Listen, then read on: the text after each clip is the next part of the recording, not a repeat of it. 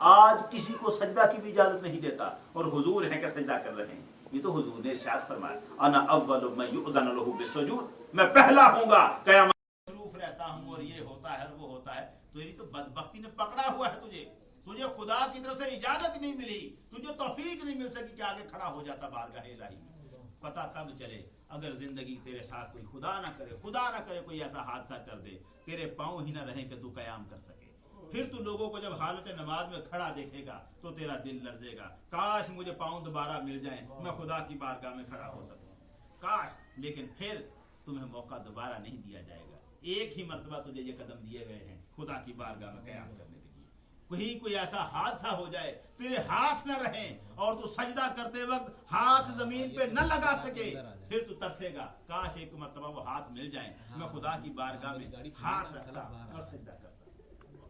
سنت سید المرسلین تو یہ ہے کہ حالت سجدہ میں آنکھیں کھلی رہیں، اس لیے کہ خدا کو فقط ہماری جبین سجدہ نہیں کر رہی، ہماری نگاہیں بھی سجدہ کر رہی ہیں، ہماری نظریں بھی سجدہ کر رہی ہیں، آنکھیں بھی سجدہ کر رہی ہیں. تو ہمارا تو جسم کا ہر حصہ اس کی بارگاہ میں جھکا رہے. سجدہ خدا کو کتنا مطلوب و مقصود و منظور ہے. قیامت کے میدان میں کسی کو سجدے کی اجازت نہیں. امتیں دیکھ رہی ہیں، اگر آج سجدے کی اجازت مل رہی ہے تو اس ختم المرسلین کو. اور پھر جب یہ سجدہ کرتے ہیں تو خدا کیا کہتا ہے؟ ارفع راسک، سر اٹھا. جس کے سر کا اٹھانا خدا کو منظور ہے اس کا مرتبہ کیا ہے. اور پھر خدا یہ کہتا ہے بات کہہ، تیری بات سنی جائے گی. خطیب حضور ہوں گے، خطاب حضور کریں گے، سامنے خدا ہوگا، سنی جائے گی. سننی کس نے ہے؟ خدا نے. خطاب ہے حضور کا، حضور بات کریں گے اور بات خدا سنے گا. اب کہا جاتا ہے سل توتا، تو مانگ تجھے دیا جائے گا، وشفا تو شفاعت کر. امت نے یہ منظر دیکھا تھا کہ یہ پیغمبر کس شان کا ہے، اس کے معاملات کیا ہیں.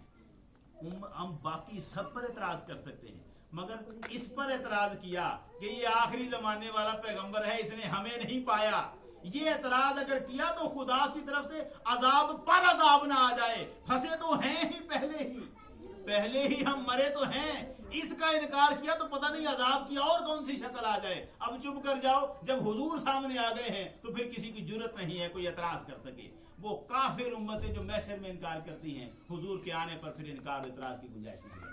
اس لیے کہ پروردگار نے شہادت گواہی حضور کی معتبر رکھی ہے، شفاعت حضور کی معتبر رکھی ہے. یہ معاملات سارے حضور کی محبت کے ہیں، حضور کے معاملات ہیں. اللہ تعالی ہمیں حضور نبی کریم صلی اللہ علیہ وآلہ وسلم کی محبت و معرفت سے مالا مال کریں. وآخر دعوانا ان الحمدللہ رب العالمین.